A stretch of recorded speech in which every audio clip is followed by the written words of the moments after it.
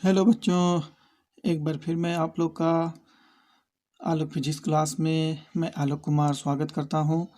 जिस प्रकार हम लोगों ने पिछले कई अध्यायों को समाप्त किया, उसमें से प्रकाश का अपवर्तन है, लेंस है और दर्पण है हमारा। तो इन सभी अध्यायों के समाप्ति के बाद जो है आज हम लोग विद्युत और विद्युत धारा की ओर बढ़ने जा रहे हैं। तो इस लेसन का आप लोग विस्तार पूर्वक अध्ययन करने के लिए बच्चे आप लोग मेरे साथ बने रहें। तो चलिए आज हम लोग इस लेसन का शुरुआत करते हैं बच्चों। और ये लेसन जो है बहुत ही रोमांचित कर देने वाला लेसन है बच्चों, क्योंकि इस लेसन के बारे में जो मैं पढ़ने जा रहा हूँ इसे मैं अपनी आँखों से तो नहीं देख सकता, बस ये प्रायोगिक और एक्सपेरिमेंटली फैक्ट पर आधारित है। तो जो भी तरह की बातें होंगी बच्चों, ये काफ़ी ही इंटरेस्टिंग लेसन है। तो चलिए मेरे साथ बने रहिए। तो स्टार्ट करते हैं आज ये लेसन हम लोग। तो सबसे पहले हम लोग जानेंगे बच्चों कि ये विद्युत है ना, होता क्या है, विद्युत धारा हम लोगों का क्या होता है और इससे क्या क्या जो है पहलू जुड़े हुए हैं। हम लोग एक एक करके जो है सब का जो हम लोग उजागर करेंगे, सब रहस्य को हम लोग जानेंगे बच्चों। तो चलिए स्टार्ट करते हैं। सबसे पहले विद्युत धारा किसे कहते हैं, चलिए हम लोग शुरू करते हैं। विद्युत धारा, जिसको हम लोग इंग्लिश में इलेक्ट्रिक करंट कहते हैं बच्चों। विद्युत धारा क्या है, जिसको हम लोग कहते हैं बच्चों इलेक्ट्रिक करंट। इलेक्ट्रिक करंट ये क्या है, इसको हम लोग जानेंगे बच्चों। तो सबसे पहले मैं डेफिनेशन आप लोगों को बोल देता हूँ कि विद्युत धारा क्या होता है। सबसे इम्पोर्टेंट बात यह है कि विद्युत धारा को जानने से पहले हम लोगों को आवेश के बारे में जानना होगा बच्चों। तो हम लोग विद्युत धारा का डेफिनेशन को पहले लिखेंगे, उसके बाद हम लोग जानेंगे कि आवेश किसको कहते हैं। तो विद्युत धारा को कुछ इस प्रकार परिभाषित किया जाता है कि देखिए, किसी चालक में आवेश के प्रवाह के दर को, है कि नहीं, किसी चालक में आवेश के प्रवाह की दर को विद्युत धारा कहते हैं। विद्युत धारा कहते हैं। इसको हम लोग इस प्रकार डिफाइन करते हैं कि किसी चालक में आवेश के प्रवाह की दर को विद्युत धारा कहते हैं। या फिर आप लोग इसको ऐसे भी डिफाइन कर सकते हैं कि इकाई समय में या एकांक समय में आवेश के प्रवाह की मात्रा, आवेश के प्रवाह की मात्रा को विद्युत धारा कहते हैं। विद्युत धारा कहते हैं। तो मान लेते हैं कि अभी हम लोग आवेश के बारे में नहीं जानते हैं, तो हम लोग आगे पढ़ेंगे आवेश के बारे में। फिलहाल हम लोग विद्युत धारा को एक्सप्लेन कर लेते हैं कि मान लेते हैं कि माना किसी चालक में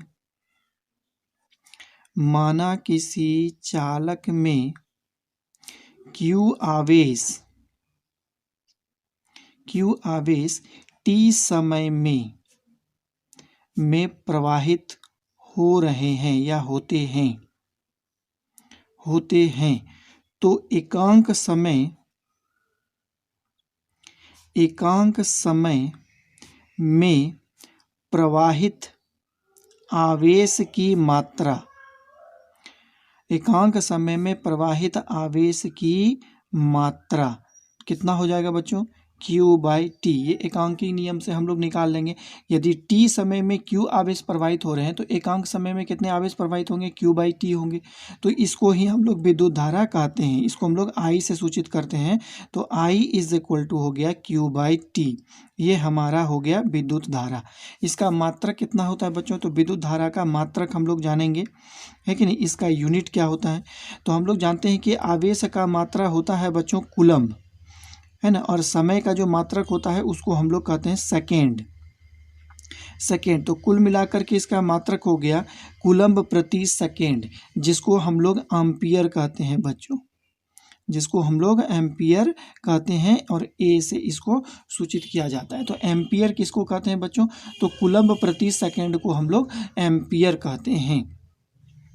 तो अब यहाँ पर बात आता है कि एम्पियर की परिभाषा कैसे दी जा सकती है, एम्पियर का परिभाषा कैसे होगा।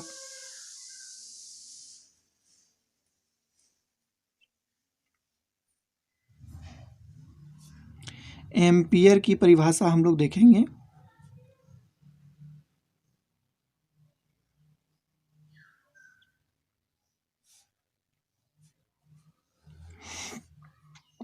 तो देखिए, एम्पियर की परिभाषा देने के लिए हम लोग ये बात जानते हैं कि I is equal to Q by T होता है। यदि Q का मान 1 कूलम रख दिया जाए तथा T is equal to 1 second रख दें, यदि हम लोग Q का मान 1 कूलम रख दें और T का मान 1 सेकेंड रख दें तो I इज इक्वल टू कितना हो जाएगा, I is equal to 1 ampere होगा। तो इसी से हम लोग जो है एम्पियर की परिभाषा हम लोग देंगे। तो लिखेंगे, देखिए इसका परिभाषा कि किसी चालक में प्रति सेकेंड, है ना, यदि चालक में प्रति सेकेंड प्रवाहित आवेश की मात्रा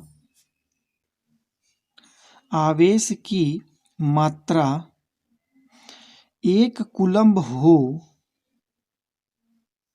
तो उस चालक से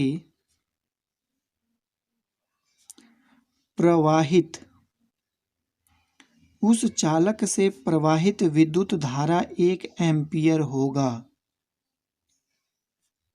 1 एम्पियर होगा। तो ऐसे ही हम लोग जो है एम्पियर को परिभाषित करते हैं कि देखिए, यदि चालक में प्रति सेकेंड प्रवाहित आवेश की मात्रा 1 कूलम्ब हो तो उस चालक से प्रवाहित विद्युत धारा 1 एम्पियर होगा बच्चों। इस प्रकार जो है हम लोग इसको परिभाषित करते हैं। तो हम लोग यहाँ पर एक नया वर्ड हम लोग जाने बच्चों कि आवेश को हम लोग इंग्लिश में चार्ज कहते हैं। तो हम लोग अभी जानेंगे कि आवेश किसको कहते हैं, चार्ज किसे कहते हैं। तो आवेश की परिभाषा जो होती है वो देना संभव नहीं होता है, क्योंकि आवेश क्या होता है कि, है ना, देखिए किसी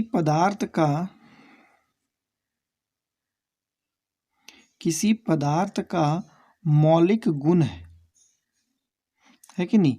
आवेश जो होता है किसी पदार्थ का मौलिक गुण है बच्चों। तो पदार्थ का कौन कौन सा मौलिक गुण होता है, तो पदार्थ का 3 मौलिक गुण होता है। पदार्थ का एक द्रव्यमान जो होता है वो उसका मौलिक गुण होता है, पदार्थ की जो ऊर्जा होती है वो उसका मौलिक गुण होता है, और पदार्थ का जो आवेश होता है बच्चों वो उसका मौलिक गुण होता है। फंडामेंटल प्रॉपर्टी होता है ये सब, है ना। मास, एनर्जी और चार्ज, ये 3 चीज़ जो होता है वो किसी भी पदार्थ का मौलिक गुण होता है कि नहीं। इन तीनों के बगैर किसी पदार्थ के अस्तित्व की, उसका अस्तित्व के बारे में नहीं जान सकते हैं, या उसका अस्तित्व ही नहीं होगा। यदि पदार्थ में द्रव्यमान ना हो, ऊर्जा ना हो या आवेश ना हो तो उसका अस्तित्व ही संभव नहीं है बच्चों। तो हम लोग जो है द्रव्यमान को परिभाषित करते हैं किसके आधार पर, उस पदार्थ के द्रव्यमानिक गुण के आधार पर, उसके द्रव्यमान के कारण जो गुण उत्पन्न होता है उस पदार्थ में, उसके कारण उसको परिभाषित करते हैं। ऊर्जा को हम लोग कैसे परिभाषित करते हैं कि ऊर्जा के कारण जो पदार्थ में गुण उत्पन्न होता है उसके कारण ऊर्जा को परिभाषित करते हैं। तो इसी प्रकार हम लोग आवेश को किस प्रकार परिभाषित करेंगे, तो आवेश को हम लोग किस प्रकार परिभाषित करेंगे कि आवेश के कारण द्रव्यमान में किस प्रकार का गुण उत्पन्न होता है कि नहीं। हम लोग जानते हैं कि द्रव्यमान के कारण किसी पदार्थ में भार उत्पन्न होता है, ऊर्जा के कारण जो होता है उसमें कार्य करने की क्षमता आ जाती है कि नहीं। आवेश में आकर्षण और प्रतिकर्षण करने का उसमें गुण उत्पन्न हो जाता है। तो ये तीनों जो गुण है उसको हम लोग पदार्थ का मौलिक गुण कहते हैं बच्चों। तो ये जो, इसको हम लोग वास्तविक रूप से परिभाषित नहीं किया सकता है। अभी तक हम लोग कोई नहीं जानता है कि वास्तविक रूप में कि किसी पदार्थ में द्रव्यमान जो है कहाँ से आता है और कैसे उत्पन्न होता है, इसके बारे में हम लोग आइडिया नहीं कर सकते। ऊर्जा कहाँ से उत्पन्न होती है, कहाँ से आती है, इसके बारे में नहीं जानते। इसी प्रकार आवेश भी हम लोग नहीं जानते हैं कि पदार्थ में आवेश कहाँ से आती है। तो हम लोग सिर्फ उसके गुण के आधार पर जो है हम लोग उसको परिभाषित करते हैं। तो हम लोग इसी गुण के आधार पर हम लोग आवेश को भी परिभाषित करेंगे। तो देखिए, सबसे पहले आवेश का परिभाषा हम देने से पहले ये चीज लिखेंगे कि आवेश किसी पदार्थ का वह मौलिक गुण है। आवेश किसी पदार्थ का वह मौलिक गुण है, वह मौलिक गुण है जिसके कारण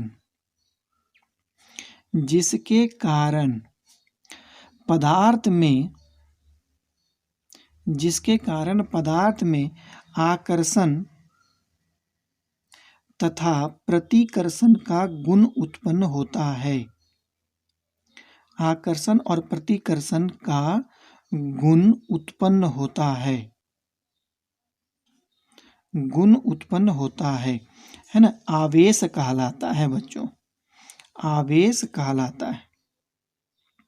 तो ये जो है उसके गुण के आधार पर आवेश का परिभाषा होता है कि आवेश किसी पदार्थ का वह मौलिक गुण होता है जिसके कारण पदार्थ में आकर्षण और प्रतिकर्षण करने का गुण उत्पन्न होता है, उसको हम लोग है ना आवेश कहते हैं। तो आप लोग एक क्वेश्चन आपके दिमाग में जरूर आता होगा कि कोई भी पदार्थ को जब हम लोग छूते हैं तो वो किसी दूसरे पदार्थ को आकर्षित क्यों नहीं कर लेते हैं, है कि नहीं। तो यहाँ पर बात होती है कि पदार्थ में आवेश तो होता है लेकिन वह उदासीन अवस्था में होता है, उसे उत्पन्न करना पड़ता है बच्चों। तो हम लोग धीरे धीरे सभी बातों को हम लोग जानने का प्रयास करेंगे कि आवेश, देखिए कोई भी पदार्थ मेरे पास यदि है, देखिए कोई भी पदार्थ है कि नहीं उदासीन अवस्था में होती है। कोई भी पदार्थ जो हमारे चारों ओर है सब उदासीन अवस्था में होती है। कोई भी पदार्थ उदासीन अवस्था में होती है, उदासीन अवस्था में होती है, न्यूट्रल फॉर्म में होती है। तो है कि नहीं। तो पदार्थ के अंदर जो होती है 3 फंडामेंटल पार्टिकल्स पाए जाते हैं, 3 मौलिक कण पाए जाते हैं। पदार्थ के अंदर 3 मौलिक कण होते हैं। अब वो 3 मौलिक कण कौन कौन से होते हैं, तो उस कण को हम लोग कहते हैं इलेक्ट्रॉन। एक कण होते हैं इलेक्ट्रॉन, दूसरे को कहते हैं हम लोग प्रोटॉन, दूसरा को कहते हैं प्रोटॉन और तीसरा को कहते हैं न्यूट्रॉन। ये 3 मौलिक कण होते हैं, एक इलेक्ट्रॉन, प्रोटॉन और न्यूट्रॉन। इलेक्ट्रॉन पर जो आवेश होते हैं बच्चों, इलेक्ट्रॉन पर ऋण आवेश पाया जाता है, ये ऋणावेशित मौलिक कण होते हैं। ये ऋणावेशित मौलिक कण होते हैं जिसका सिंबल ई पे पावर माइनस होता है। यदि हम लोग इसका चार्ज आवेश का परिमाण की गणना करें तो इसमें आवेश का परिमाण होता है -1.6 इंटू 10⁻⁻19 कूलम, उसमें आवेश होता है। इसी प्रकार यदि हम लोग प्रोटॉन के बारे में चर्चा करते हैं तो प्रोटॉन जो होती है किसी भी पदार्थ का धनावेशित कण होता है। पदार्थ का धनावेशित कण होता है उसको हम लोग +E से सूचित करते हैं या फिर E पे पावर प्लस, यहाँ पर नहीं दिया जाता है चार्ज। प्रोटॉन पर E पे प्लस यहाँ पर चार्ज नहीं देंगे, यदि प्लस चार्ज देंगे तो ये एक दूसरे प्रकार के कण को सूचित करता है जिसको हम लोग पॉजिट्रॉन कहते हैं, है ना। तो यहाँ पर +E होता है। तो इसका यदि आवेश यदि हम लोग परिमाण की गणना करेंगे तो इलेक्ट्रॉन और प्रोटॉन का आवेश लगभग समान होता है लेकिन प्रकृति अलग अलग होती है। ये होता है +1.6 इंटू 10⁻⁻19। वहीं न्यूट्रॉन जो होते हैं ये उदासीन कण होते हैं, इसमें कोई भी आवेश नहीं पाया जाता है, ये उदासीन होते हैं, इसका सिंबल N होता है और इस पर कोई भी आवेश नहीं पाया जाता है, इस पे आवेश 0 होता है। इसका मतलब है कि पदार्थ के अंदर आवेश सिर्फ 2 ही कण जो है जिम्मेदार होते हैं। पदार्थ के अंदर जो है आवेश के लिए सिर्फ 2 ही कण जिम्मेदार होते हैं, वो एक इलेक्ट्रॉन है और दूसरा प्रोटॉन है बच्चों। यही 2 कण जो होते हैं जिम्मेदार होते हैं। अब कैसे जिम्मेदार होते हैं तो चलिए इसके बारे में हम लोग आगे पढ़ते हैं।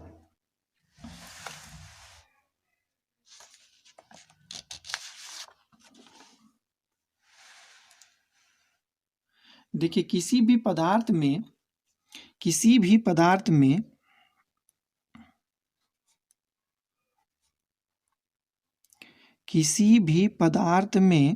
इलेक्ट्रॉन की संख्या, किसी भी पदार्थ में इलेक्ट्रॉन की संख्या बराबर होती है प्रोटॉन की संख्या का। प्रोटॉन की संख्या का। किसी भी पदार्थ में इलेक्ट्रॉन की संख्या और प्रोटॉन की संख्या दोनों बराबर होती है। इसका मतलब है कि पदार्थ में पाए जाने वाले ऋण आवेश की संख्या धन आवेश की संख्या के बराबर होती है। तो आप जानते हैं कि किसी भी पदार्थ में यदि इलेक्ट्रॉन की संख्या ऋण आवेश की संख्या जितनी होगी उतना ही धन आवेश की संख्या होगी, तो दोनों मिलने के बाद एक जीरो बनेगा। तो जीरो मतलब क्या हो गया कि उदासीन हो गया वो, तो पदार्थ उदासीन होते हैं, है कि नहीं। तो आप लोग ये भी बात जानते होंगे कि जो पदार्थ होते हैं, है कि नहीं, पदार्थ या कोई भी परमाणु जो होते हैं, पदार्थ कहिए या पदार्थ का परमाणु हम कहते हैं, तो परमाणु का अपना एक परमाणु संख्या होता है बच्चों, है कि नहीं, एक परमाणु संख्या होता है उसका। और परमाणु संख्या हम लोग जानते हैं कि परमाणु संख्या बराबर इलेक्ट्रॉन की संख्या होती है। हम लोग 9th क्लास में ये चीज़ पढ़े हैं, इलेक्ट्रॉन की संख्या होगी, है कि नहीं, और इलेक्ट्रॉन की संख्या बराबर प्रोटॉन की संख्या होती है। ये बात हम लोग जानते हैं, प्रोटॉन की संख्या होती है। ये सारी बातें हम लोग पहले ही 9th क्लास में हम लोग पढ़ चुके हैं कि परमाणु संख्या, इलेक्ट्रॉन की संख्या और प्रोटॉन की संख्या बराबर होती है। तो हम एक उदाहरण लेकर के यहाँ पर देखते हैं बच्चों कि मान लेते हैं कि मेरे पास यहाँ पर कोई एक पदार्थ है या परमाणु है कि नहीं, जिसकी परमाणु संख्या 11 है। आप लोग बता सकते हैं कि ये कौन सा, है कि नहीं, परमाणु होगा। ये सोडियम परमाणु है, सोडियम, जिसका संकेत Na होता है। तो यदि इसकी परमाणु संख्या 11 है तो इसके अंदर पाए जाने वाला इलेक्ट्रॉन की संख्या भी 11 होगा और प्रोटॉन की संख्या भी 11 होगा बच्चों। तो आप देख सकते हैं कि प्रोटॉन की संख्या 11 और इलेक्ट्रॉन की संख्या 11 दोनों मिला तो वो परमाणु विद्युता उदासीन हो गया। ये क्या हो गया, जीरो कहने का मतलब हो गया कि वो उदासीन हो गया। उसके अंदर आवेश उपस्थित होने के बावजूद जो है वो ऐसा प्रतीत होता है, लगता है कि उसके अंदर कोई भी आवेश है ही नहीं, है कि नहीं। इसीलिए हम लोग कहते हैं कि हमारे चारों ओर पाए जाने वाले कोई भी पदार्थ हैं वह विद्युता उदासीन अवस्था में होते हैं। इसका कारण आप लोगों ने जान लिया। तो अब यहाँ पर बात है कि पदार्थ को हम लोग आवेशित कैसे कर सकते हैं, पदार्थ का आवेशन हम लोग कैसे कर सकते हैं। तो पदार्थ का आवेशन हम लोग कैसे कर सकते हैं, है कि नहीं, मतलब पदार्थ में हम लोग आवेश कैसे उत्पन्न कर सकते हैं। सिंपल सी बात है, आप लोग बच्चे में जब छोटे छोटे बच्चे हुआ करते होंगे उस समय आप लोग एक खेल खेलते होंगे बच्चों कि अपने पेन को अपने सूखे बाल में जब आप लोग रगड़ते होंगे और कागज़ के छोटे छोटे टुकड़ों की ओर जब ले जाते होंगे तो वो पेन कागज़ के छोटे छोटे टुकड़ों को अपनी ओर आकर्षित कर लेता है। तो वो भी एक आवेशन का एक तरीका है बच्चों, जिसको हम लोग घर्षण द्वारा आवेशन हम लोग कहते हैं। ऐसे आवेशन की 3 विधियां होती है, लेकिन आप लोगों को फिलहाल एक ही प्रकार का आवेशन पढ़ना है जिसको हम लोग घर्षण द्वारा आवेशन कहते हैं। तो हम लोग यहाँ पे लिखेंगे बच्चों घर्षण द्वारा आवेशन, है कि नहीं, घर्षण द्वारा आवेशन हम लोग पढ़ेंगे, घर्षण द्वारा आवेशन। तो घर्षण द्वारा आवेशन अब किस प्रकार किया जाता है, तो इसके लिए भी बच्चों ये बात आप लोगों को जानना अति जरूरी है कि कोई भी जो पदार्थ होते हैं, है कि नहीं, वो छोटे छोटे परमाणु से मिलकर के बने होते हैं बच्चों, है कि नहीं, छोटे छोटे परमाणु से मिलकर के बने होते हैं। और उस परमाणु के बीच में जो होते हैं, है ना, नाभिक पाए जाते हैं। उस नाभिक में हम लोग जानते हैं कि नाभिक में कौन कौन से कण उपस्थित होते हैं। नाभिक में न्यूट्रॉन होते हैं और प्रोटॉन होते हैं। नाभिक में न्यूट्रॉन होते हैं और प्रोटॉन होते हैं, ये 2 कण उपस्थित होते हैं नाभिक में। तो न्यूट्रॉन उदासीन होते हैं और प्रोटॉन प्लस आवेश का होते हैं। इसका मतलब है कि न्यूट्रॉन के कारण तो कोई आवेश उत्पन्न नहीं होगा, प्रोटॉन के कारण आवेश उत्पन्न होगा। अतः नाभिक का कौन सा आवेश हो गया, नाभिक पर धन आवेश उपस्थित होता है, नाभिक धनावेशित होते हैं। और इस धनावेश के चारों ओर इलेक्ट्रॉन्स अलग अलग वृत्ताकार कक्षा में चक्कर लगाते रहते हैं। ये बात हम लोग जानते हैं, है कि नहीं। इस प्रकार अलग अलग कक्षा में चक्कर लगाते रहते हैं इलेक्ट्रॉन्स, ये, है कि नहीं। तो अब प्रत्येक कक्षा में इलेक्ट्रॉन की संख्या भी निर्धारित होती है। आप लोग केमिस्ट्री में भी पढ़े होंगे, रसायन शास्त्र में ये बात आप लोग जानते होंगे कि प्रत्येक कक्षा में इलेक्ट्रॉन की संख्या का निर्धारण जो होती है वो 2n² के फॉर्मूला से किया जाता है। यहाँ पर मैं केमिस्ट्री को नहीं बता रहा हूँ बच्चों। यदि आपको इसके बारे में जानना है ज़्यादा तो आप लोग अपने केमिस्ट्री टीचर से हैं या किताब आप लोग खोल करके देखें और उसको जानने का प्रयास करें कि प्रत्येक कक्षा में इलेक्ट्रॉन की संख्या को 2n² सूत्र के द्वारा निर्धारित किया जाता है। इसका मतलब है कि पहली कक्षा में 2 इलेक्ट्रॉन्स होते हैं। कक्षा को हम लोग क्रमशः K, L, M, N है ना, O, P, Q के द्वारा हम लोग सूचित करते हैं। तो पहली कक्षा K में 2 इलेक्ट्रॉन्स होते हैं, है कि नहीं। दूसरी कक्षा L में 8 इलेक्ट्रॉन्स होते हैं। तीसरी कक्षा M में 18 इलेक्ट्रॉन्स होते हैं। चौथी कक्षा में है ना 32 इलेक्ट्रॉन्स होते हैं। इसी प्रकार क्रमागत रूप से इलेक्ट्रॉन की संख्या जो होती है कक्षाओं में बढ़ते जाती है। तो बाहर देखिए, कोई भी कक्षा में जब इलेक्ट्रॉन्स मौजूद होंगे तो वो इलेक्ट्रॉन्स क्या होते हैं, ऋण आवेशित होते हैं और नाभिक आपका धन आवेशित होता है।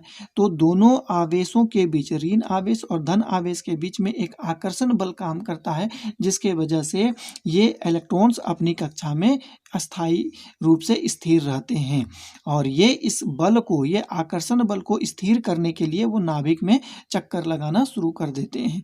तो ये चक्कर लगाते हैं। जिस प्रकार हम लोग का सौर्य जो परिवार होता है, जिसके केंद्र में सूर्य होते हैं और सभी ग्रह उसके चारों ओर चक्कर लगाते हैं, उसी प्रकार नाभिक में प्रोटॉन होते हैं, न्यूट्रॉन्स होते हैं और उसी का चक्कर इलेक्ट्रॉन्स चारों ओर लगाता है।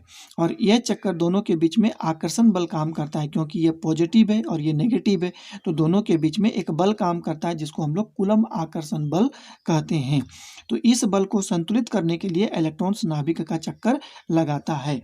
तो ये बल जो होता है, जो जिसको हम लोग कूलम्ब आकर्षण बल कहते हैं, है कि नहीं, ये दोनों के बीच में जो बल लगता है उसको हम लोग कूलम्ब आकर्षण, जिसको हम लोग आगे पढ़ने वाले हैं, इसको हम लोग कूलम्ब आकर्षण बल कहते हैं, है कि नहीं। प्लस और माइनस या प्लस प्लस या माइनस माइनस के बीच में जो बल लगता है उसको हम लोग, है ना, या दो आवेशों के बीच में लगने वाले बल को हम लोग कूलम्ब आकर्षण बल कहते हैं, लिख देते हैं, है कि नहीं। दो आवेशों के बीच, है ना, दो आवेशों के बीच लगने वाले बल को कूलम्ब आकर्षण बल कहते हैं। कूलम्ब आकर्षण बल कहते हैं। दो आवेशों के बीच में लगने वाले बल को कूलम्ब आकर्षण बल कहते हैं। ये पहला इसमें टॉपिक्स हो गया। दूसरा बात है कि यह आकर्षण बल जो होता है ना, दोनों आवेशों के दूरी पर निर्भर करता है। दोनों आवेशों के बीच की दूरी पर निर्भर करता है। तो किस प्रकार निर्भर करता है बच्चों, तो ये जो बल है F, है कि नहीं, जो आवेशों के बीच में लग रहा है वो दोनों के बीच की दूरी के वर्ग के व्युत्क्रमानुपाती होती है। इसका मतलब है कि ये इनवर्स स्क्वायर रूल फॉलो करता है, ये व्युत्क्रम है ना अनुपातिक रूल फॉलो करता है कि नहीं। हम लोग जानते हैं कि अब व्युत्क्रम का नियम क्या होता है कि यदि R का मान बढ़ता है तो F का मान घटता है, यदि R का मान घटता है तो F का मान बढ़ता है। इस प्रकार उल्टा रूप से हम लोग इसको जानते हैं बच्चों। तो यहाँ पर आप लोग देख पा रहे होंगे जो फिगर मैंने बनाया है, तो इसमें पहली कक्षा है ना और नाभिक के बीच की दूरी काफ़ी कम है कि नहीं, कम है, तो आकर्षण बल ज़्यादा होगा। उसके बाद पुनः यह दूरी दूसरी कक्षा के लिए देख रहे हैं कि ये दूरी बढ़ गया, तो ये बल क्या होगा, घट जाएगा, है कि नहीं। और तीसरी कक्षा की दूरी और भी ज़्यादा हो गई तो अर्थात और भी बल कम हो जाएगा। तो इसका मतलब हो गया कि पहली कक्षा में जो इलेक्ट्रॉन्स होते हैं वो नाभिक के द्वारा प्रबल रूप से बंधे होते हैं। दूसरी कक्षा में ये थोड़ा सा लूजली बाउंडेड होते हैं, मतलब कम मजबूती से बंधे होते हैं, और तीसरी कक्षा में उससे और कम से बंधे होते हैं। इसका मतलब क्या हो गया कि तीसरी कक्षा पे जो इलेक्ट्रॉन्स होते होंगे वो नाभिक से कम मजबूती से बंधे होते हैं।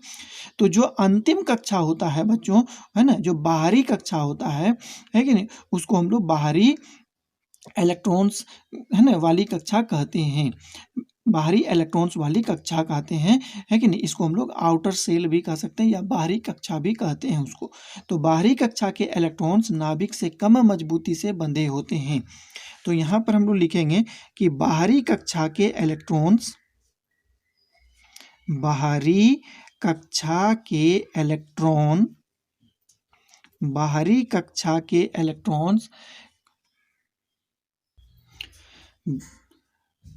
इलेक्ट्रॉन्स नाभिक से कम मजबूती से बंधे होते हैं, कम मजबूती से बंधे होते हैं, कम मजबूती से बंधे होते हैं बच्चों, है ना।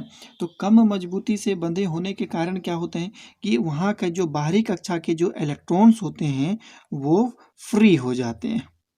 बाहरी कक्षा के इलेक्ट्रॉन्स, बाहरी कक्षा के इलेक्ट्रॉन्स मुक्त हो जाते हैं, मुक्त हो जाते हैं, मुक्त हो जाते हैं, है ना। इस प्रकार के इलेक्ट्रॉन को, इस प्रकार के इलेक्ट्रॉन को मुक्त इलेक्ट्रॉन्स कहते हैं, इस प्रकार के इलेक्ट्रॉन्स को मुक्त इलेक्ट्रॉन कहते हैं बच्चों, मुक्त इलेक्ट्रॉन कहते हैं, है ना। कम मजबूती से बंधे होते हैं वो, है ना।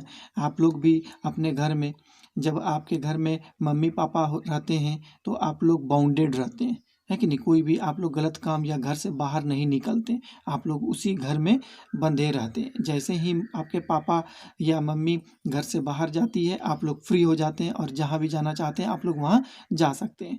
इसी प्रकार इलेक्ट्रॉन्स भी होते हैं।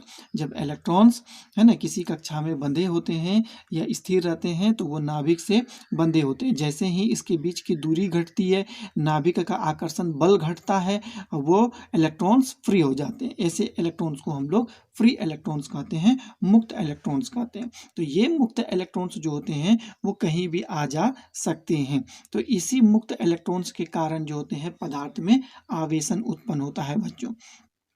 तो घर्षण द्वारा आवेशन की प्रक्रिया को समझने से पहले आपको मुक्त इलेक्ट्रॉन्स के बारे में समझाना जरूरी था। तो आप लोग मुक्त इलेक्ट्रॉन्स को समझ गए होंगे बच्चों, है ना। तो चलिए हम लोग आगे बढ़ते हैं और देखते हैं कि किस प्रकार होता है।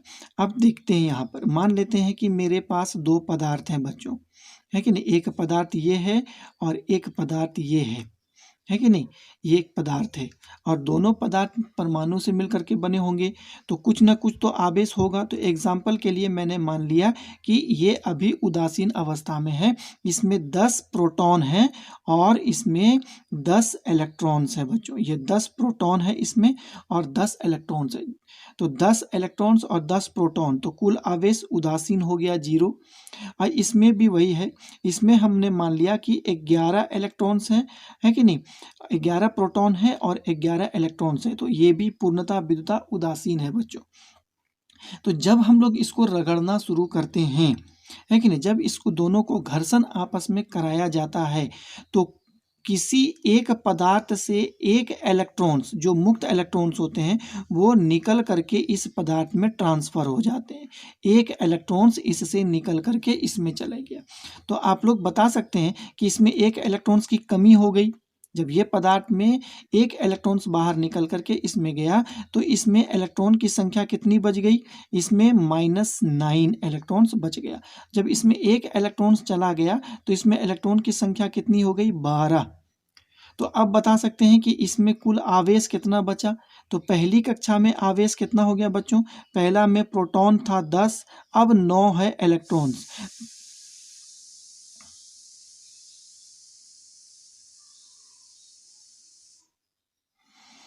इसमें हो गया 10, है कि नहीं।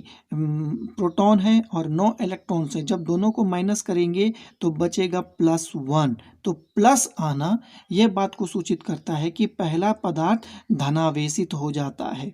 तो ये पदार्थ धनावेशित हो गया, ये पदार्थ धनावेशित हो गया बच्चों। इसमें एक इलेक्ट्रॉन्स चले आया।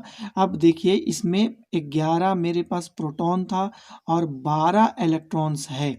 तो जब इसको आप माइनस करिएगा तो -1 आएगा, तो इसमें नेगेटिव चार्ज आ गया, जिसके वजह से ये पदार्थ ऋणावेशित हो जाता है बच्चों। तो ये कुछ बढ़िया एक उदाहरण है। हम लोग देखिए इसको क्या बोले कि जब दो उदासीन पदार्थ को जब एक दूसरे से रगड़ा जाता है, मैंने क्या कहा, देखिए कि जब दो उदासीन पदार्थ को, मैं लिख देता हूं यहां पर कि जब दो उदासीन पदार्थ को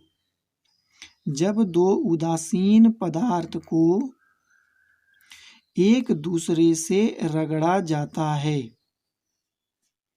एक दूसरे से रगड़ा जाता है, जब उदासीन पदार्थ को एक दूसरे से रगड़ा जाता है तो प्रथम पदार्थ से कुछ इलेक्ट्रॉन का सिंबल दे देते हैं, कुछ इलेक्ट्रॉन्स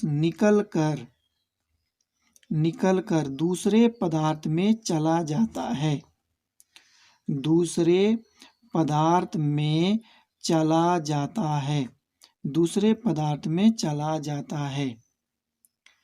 तो प्रथम पदार्थ में इलेक्ट्रॉन्स की कमी हो जाती है, तो प्रथम पदार्थ में इलेक्ट्रॉन की कमी हो जाती है, प्रथम पदार्थ में इलेक्ट्रॉन की कमी हो जाती है। तो इलेक्ट्रॉन्स की कमी होगी तो प्रोटॉन की मात्रा बढ़ जाएगी, जिसके वजह से प्रथम पदार्थ धनावेशित हो जाता है। अतः प्रथम पदार्थ धनावेशित हो जाता है, प्रथम पदार्थ धनावेशित हो जाता है तथा दूसरे पदार्थ में इलेक्ट्रॉन के आने से, है ना, दूसरे पदार्थ में इलेक्ट्रॉन के आने से है ना, इलेक्ट्रॉन्स की मात्रा बढ़ जाती है, इलेक्ट्रॉन की मात्रा बढ़ जाती है, जिससे दूसरा पदार्थ है ना क्या हो जाता है, ऋणावेशित हो जाता है, जिससे दूसरा पदार्थ ऋणावेशित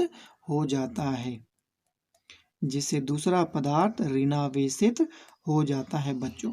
तो इस प्रकार जो है हम लोग आवेशन उत्पन्न करते हैं बच्चों। तो इस बात को आप लोगों को अच्छी तरह समझ में आ गया होगा। यदि नहीं समझ में आता है बच्चों तो एक बार हम लोग फिर उदाहरण लेकर के देखते हैं। चलिए मान लेते हैं कि यहाँ दो पदार्थ है, आवेशन बहुत आसान तरीका से इसको हम लोग समझ सकते हैं। कह देते हैं, देखिए इसमें +5 प्रोटॉन है और -5 प्रोटॉन है, क्योंकि इलेक्ट्रॉन की संख्या और प्रोटॉन की संख्या दोनों बराबर होती है। तो अभी ये क्या है, 0 हो जाएगा जब दोनों को जोड़ेंगे। इसमें कह देते हैं +6 प्रोटॉन है और -6 इलेक्ट्रॉन्स है कि नहीं। अतः ये भी उदासीन है। जब दोनों पदार्थ को आपस में आप रगड़ेंगे तो इससे कुछ इलेक्ट्रॉन्स निकल करके इसमें चले आएगा बच्चों, जिसके वजह से इसमें इलेक्ट्रॉन्स की कमी हो जाएगी। तो जब एक इलेक्ट्रॉन्स निकल करके इसमें गया तो इलेक्ट्रॉन की संख्या इसमें कितनी हो गई बच्चों, 4, और इसमें इलेक्ट्रॉन की संख्या कितनी हो गई, -7। तो ये देखिए इलेक्ट्रॉन्स की इसमें कमी हो गई तो प्रोटॉन की मात्रा बढ़ गई। तो प्रोटॉन की मात्रा बढ़ने से ये पदार्थ पॉजिटिवली चार्ज हो जाता है कि नहीं। और इसमें इलेक्ट्रॉन की संख्या बढ़ गई, इसमें 7 हो गया, इलेक्ट्रॉन्स ऋण आवेशित होता है इसलिए नेगेटिवली चार्ज हो जाता है बच्चों। तो इस प्रकार जो हम लोग पदार्थ में आवेशन उत्पन्न करते हैं, है कि नहीं। बहुत सारा उदाहरण है आवेशन उत्पन्न करने के लिए, है कि नहीं। जैसे कि आप लोग कांच को ले लीजिए, कांच से आप लोग फर, है कि नहीं, ऊनी कपड़ा से जब यदि आप लोग कांच को रगड़ते हैं तो कांच जो होती है वो चार्ज हो जाता है बच्चों। जब कांच के सामने जब छोटे छोटे कागज के टुकड़ों को जब आप लोग लाते हैं तो वो आकर्षित कर लेता है ना। जब आप लोग है कि नहीं, प्लास्टिक का पाइप आप लोग देखे होंगे, है कि नहीं, जिसमें हम लोग पानी, घर में पानी के लिए यूज़ करते हैं, तो उस पानी को भी यदि आप लोग कपड़े से यदि रगड़ते हैं या कागज़ से आप लोग रगड़ते हैं तो देखेंगे क्या, वो पाइप भी चार्ज हो जाता है। वो भी आपके बाल, आपके शरीर के बाल या कागज़ के छोटे छोटे टुकड़ों या फिर आपके, है ना, इस क्या बोलते हैं, जो आप लोगों का कपड़े होते हैं, है ना, जैसे टेरिकॉटन के कपड़ा हो गया या फिर सिल्क का कपड़ा हो गया, उसको वो आकर्षित अपने आप करने लगता है। फिर आप लोग बहुत तरह के उदाहरण देखते होंगे। चलिए हम लोग इसके बारे में उदाहरण भी हम लोग जानते हैं बच्चों, बहुत सारा उदाहरण आपको मिलेगा देखने के लिए। तो चलिए हम लोग आवेशन का उदाहरण समझेंगे। बहुत ही इंटरेस्टिंग लेसन है बच्चों, इसको ध्यान से आप लोग यदि देखिएगा तो बहुत मज़ेदार आपको नज़र आएगा। तो सबसे पहला देखिए उदाहरण क्या होता है कि नहीं। अक्सर देखते होंगे बच्चों, जब आप लोग का पास यदि कार है या फिर आप लोग के पास बाइक है, और जब आप लोग लंबी दूरी तय करके यदि आते हैं तो देखते होंगे कि कार या बाइक के, है कि नहीं, बॉडी पे बहुत सारे धूल के कण जमा हो जाते हैं, है कि नहीं। कार है मान लेते हैं, ये बहुत दूर की गति करके यदि आपके पास आता है बच्चों, है कि नहीं, तो हम लोग देखते हैं कि इसके बॉडी पर धूल के कण जमा हो जाते हैं। तो आप लोग जानते होंगे क्या कि धूल के कण क्यों जमा होते हैं। क्योंकि कार जब गतिशील होता है बच्चों, तो ये इसका संपर्क हवा के साथ होता है और हवा से हमेशा इसका बॉडी फ्रिक्शन करता है, रगड़ाता है, घर्षण करता है, जिसके वजह से इसका बॉडी चार्ज हो जाता है और ये वायुमंडल में छोटे छोटे धूल के कणों को अपनी ओर आकर्षित कर लेता है और ये धूल के कण उसके बॉडी पर जमा हो जाते हैं, है कि नहीं, जिसके वजह से ये बॉडी गंदा हो जाता है बच्चों। तो ये पहला उदाहरण था।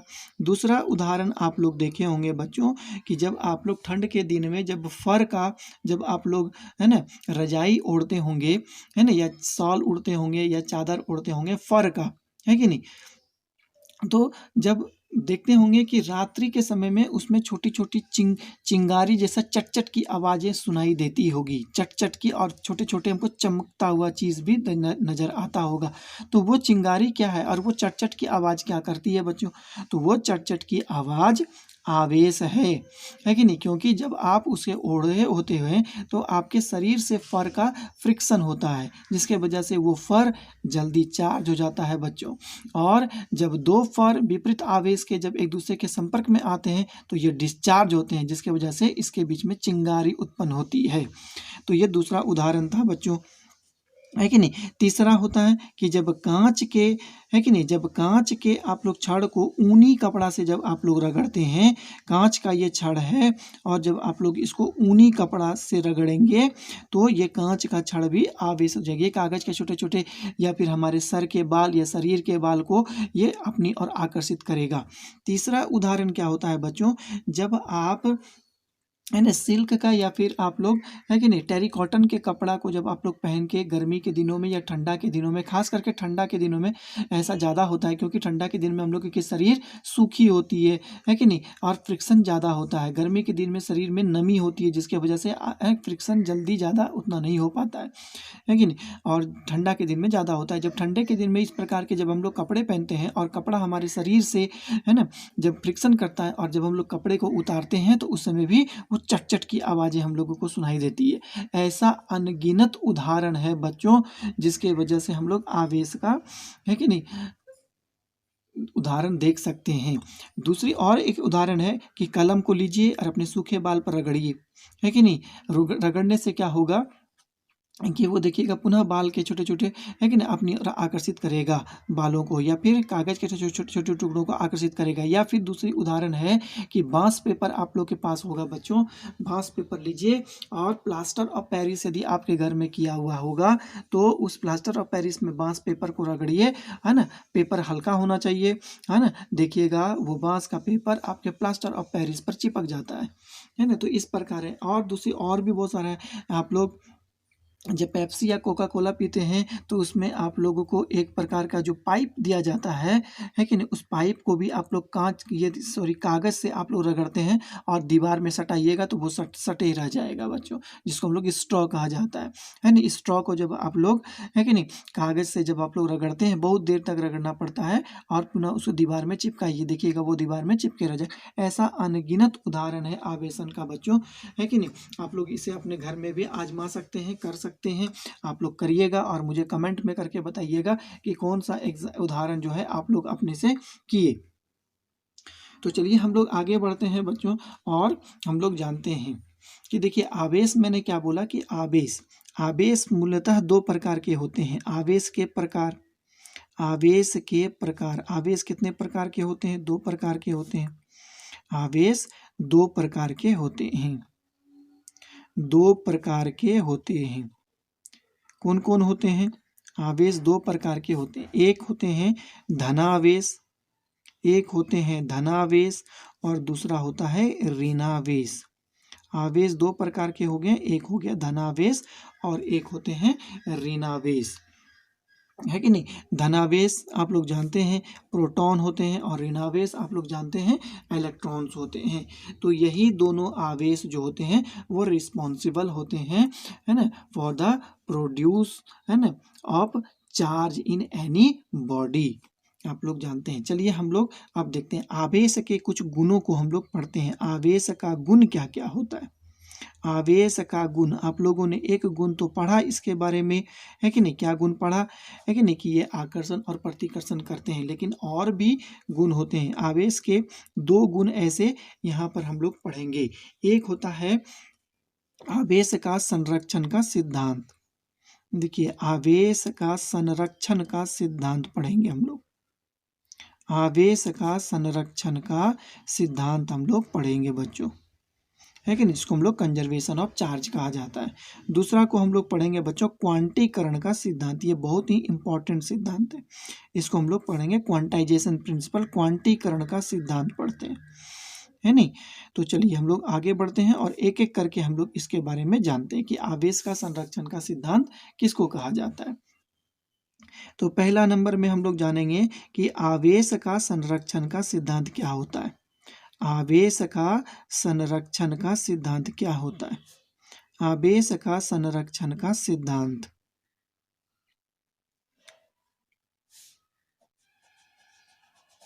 देखिए आवेश का संरक्षण सिद्धांत का मतलब होता है कि हम लोग जनरली हम लोग जानते हैं कि हम लोग आवेश को ना तो नष्ट कर सकते हैं बच्चों और ना ही इसको प्रयोगशाला में घर में हम लोग इसको बना सकते हैं। इसका मतलब है कि प्रकृति के निर्माण के समय में जितने आवेश मौजूद थे उतने आवेश आज भी हमारे पास विद्यमान है। बस ये क्या होते हैं, है ना, एक स्थान से दूसरे स्थान तक ये स्थानांतरित होते हैं, है कि नहीं। चलिए देखते हैं आवेश का संरक्षण सिद्धांत क्या होता है, इसको परिभाषित कर देते हैं। देखिए आवेश के संरक्षण सिद्धांत के अनुसार, आवेश के संरक्षण सिद्धांत के अनुसार, आवेश के संरक्षण सिद्धांत के अनुसार आवेश न तो उत्पन्न किए जा सकते हैं, आवेश ना तो उत्पन्न किए जा सकते हैं और ना ही नष्ट किए जा सकते हैं,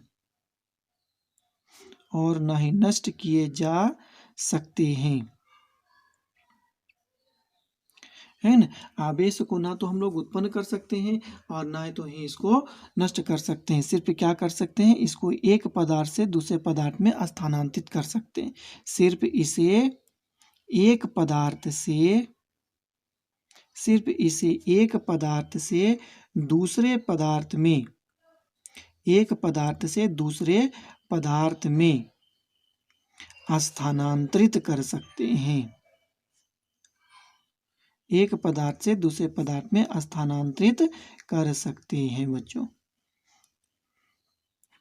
तो ये आवेश का संरक्षण का सिद्धांत होता है कि नहीं। आवेश के संरक्षण सिद्धांत के अनुसार आवेश ना तो उत्पन्न किए जा सकते हैं और ना ही नष्ट किए जा सकते हैं, सिर्फ इसे एक पदार्थ से दूसरे पदार्थ में स्थानांतरित किए जा सकते हैं, है कि नहीं। तो ये आवेश का संरक्षण का सिद्धांत है। या फिर इसको आप लोग ऐसे भी कह सकते हैं बच्चों, किसी विलगित निकाय में,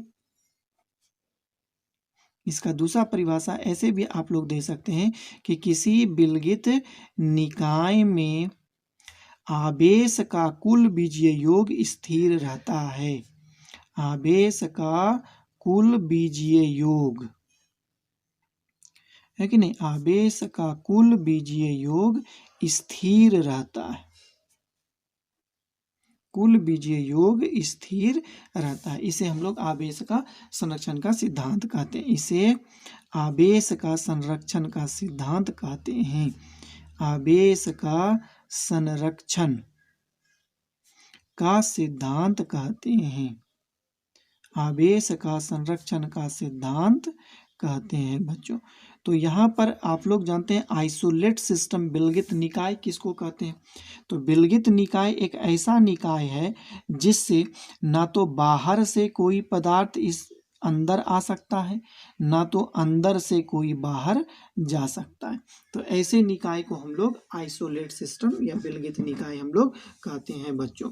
तो परमाणु जो होते हैं एक विलगित निकाय होते हैं। तो चलिए हम लोग इसको उदाहरण से समझते हैं संरक्षण का सिद्धांत बच्चों। तो चलिए हम लोग समझते हैं कि इसको हम लोग कैसे हम लोग जानते हैं। आप लोग एक तरह का उदाहरण जानते होंगे बच्चों कि यूरेनियम जो होता है वो क्या होता है, रेडियो एक्टिव एलिमेंट होता है बच्चों, रेडियो सक्रिय पदार्थ होता है यूरेनियम। जानिए, नहीं जानते हैं तो यूरेनियम जो होता है वो रेडियो एक्टिव पदार्थ है। यदि आप उसको खुला में छोड़ देंगे तो वो अपने आप टूट जाता है, परमाणु का विखंडन अपने आप हो जाता है और वो दूसरे दूसरे पदार्थ में बनने लगते हैं, है कि नहीं। तो ये होता है, इसका परमाणु संख्या होता है 92, है ना। और द्रव्यमान संख्या जो होता है वो 238 होता है ना। और ये पदार्थ है ना, ये यूरेनियम जो होते हैं स्वतः टूट करके अल्फा बीटा गामा किरण का उत्सर्जन करता है बच्चों। तो मान लेते हैं कि ये यदि टूटता है बच्चों और इससे एक अल्फा किरण बाहर निकलता है जो कि एक हीलियम आयन के बने होते हैं। तो इससे बनता है यूरेनियम टूटने के बाद एक थोरियम, है कि नहीं, एक अलग प्रकार का पदार्थ बनता है जिसका परमाणु द्रव्यमान 234 होता है और परमाणु संख्या 90 होता है। तो इसका मतलब हो गया एक हीलियम आयन इससे बाहर निकलता है। 4 और 2, हीलियम की परमाणु संख्या 2 होती है। हीलियम आयन को ही हम लोग अल्फा कण कहते हैं बच्चों। तो आप लोग देख सकते हैं कि टूटने के बाद, यूरेनियम के टूटने के बाद इसका आवेश स्थिर होता है। इधर आवेश है, इसको हम लोग परमाणु संख्या कहते हैं। ये परमाणु संख्या होता है बच्चों, है कि नहीं। तो परमाणु संख्या आवेश है, क्योंकि हम लोग जानते हैं परमाणु संख्या ही इलेक्ट्रॉन की संख्या होती है, प्रोटॉन की संख्या, और इलेक्ट्रॉन और प्रोटॉन ही आवेश होते हैं। तो इसका मतलब है कि टूटने से पहले इसमें कुल आवेश 92 था और टूटने के बाद भी देखिए कुल आवेश इसमें 92 हो गए। तो ये आवेश इसमें संरक्षित होते हैं। इसी प्रकार हम लोग ये भी देख सकते हैं कि कार्बन डाइऑक्साइड का निर्माण प्रक्रिया को हम लोग समझेंगे। चलिए, कार्बन डाइऑक्साइड, कार्बन जब ऑक्सीजन के साथ प्रतिक्रिया करता है और ये बनाता है CO2 बनाता है बच्चों। तो आप लोग देख सकते हैं कि प्रतिक्रिया करने से पहले आवेश और प्रतिक्रिया करने के बाद आवेश स्थिर है। कार्बन की परमाणु संख्या 6 होती है, हम लोग जानते हैं बच्चों, और ऑक्सीजन की परमाणु संख्या 8 होती है। तो इसका मतलब है कि इस पूरे अभिक्रिया अभिकारक में कुल आवेश कितने हो गए, 6, और 2 ऑक्सीजन है तो 8 गुना 2 तो 16, और है कि ना, 8 दूनी 16 और 6 कितनी हो गई, 22 हो गए। इसी प्रकार इधर भी देखेंगे तो ये कार्बन का यहाँ पर हो गया 6 और यहाँ 2 गुना 8 इज इक्वल टू यहाँ पर भी 22 हो जाएंगे। तो देख पा रहे होंगे।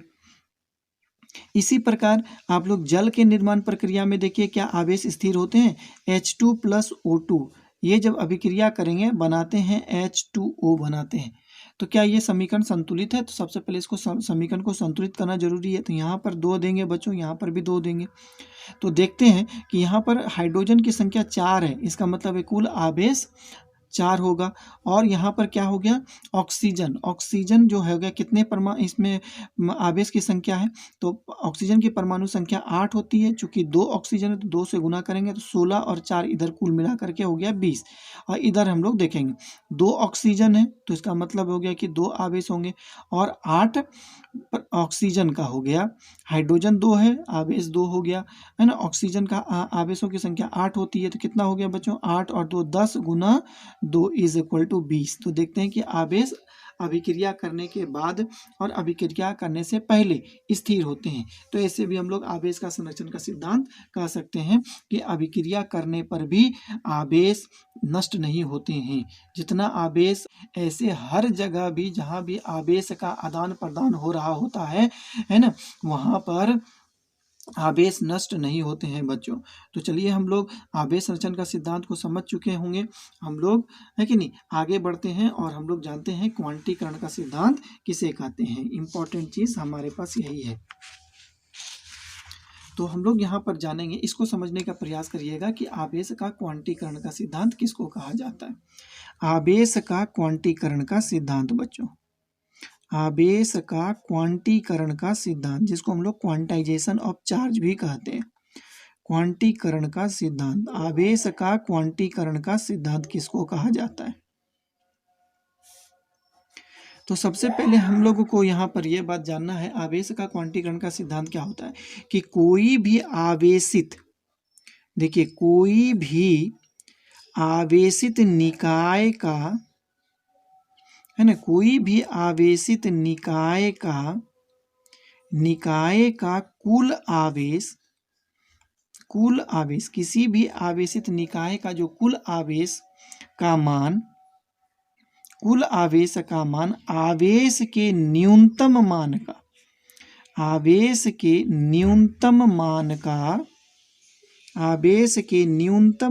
का पूर्ण गुणज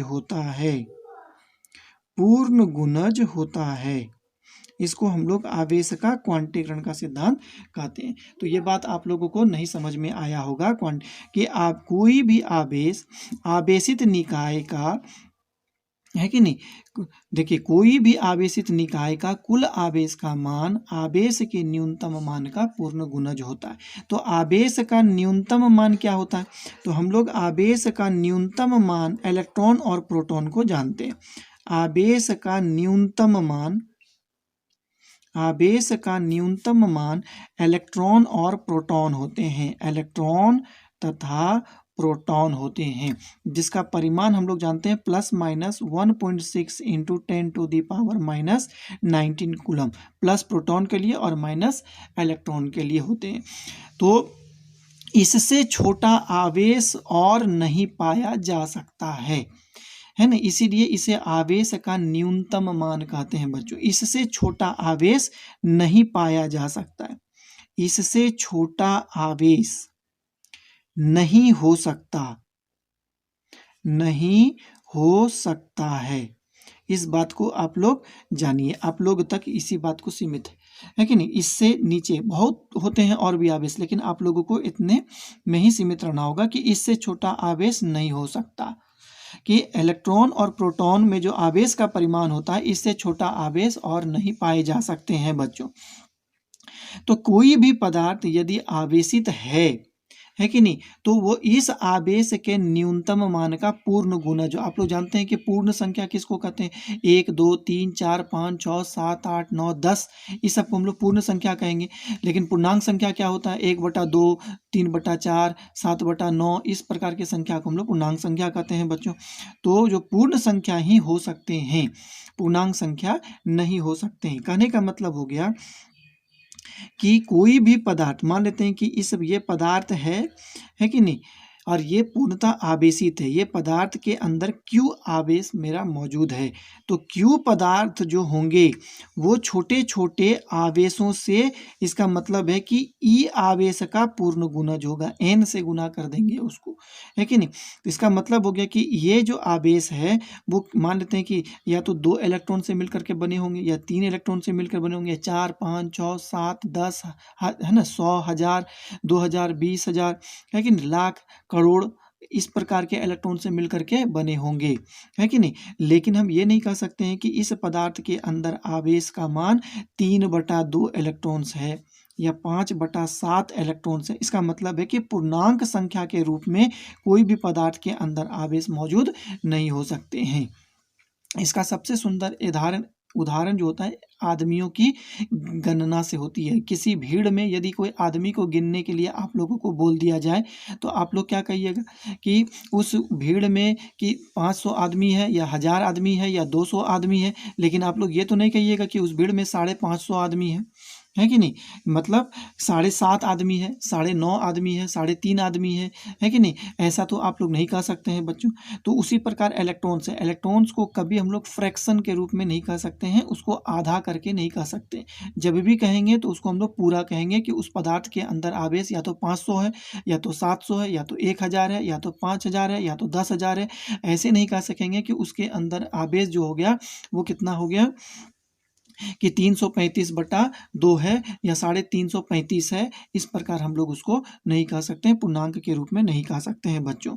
तो इस बात को आप लोगों को जानना पड़ेगा, इसी को हम लोग आवेश का क्वांटीकरण का सिद्धांत कहते हैं। यहाँ जो n हम लोग लिखा, जहाँ n बराबर मेरा क्या है, n बराबर है 1 है, 2 है, 3 है, 4 है, 100 हो सकते हैं, 1000 हो सकते हैं, है कि नहीं, डॉट डॉट डॉट डॉट और हो सकते हैं, लेकिन ये पूर्णांक में नहीं हो सकते हैं, या है कि नहीं, ये नहीं हो सकते हैं, 3/2 नहीं हो सकते हैं, 3/5 या 5/2 या 7/3 इस रूप में नहीं हो सकते हैं, मतलब पॉइंट के रूप में इसको हम लोग व्यक्त नहीं कर सकते हैं। ये बात को आप लोगों को समझनी होगी बच्चों।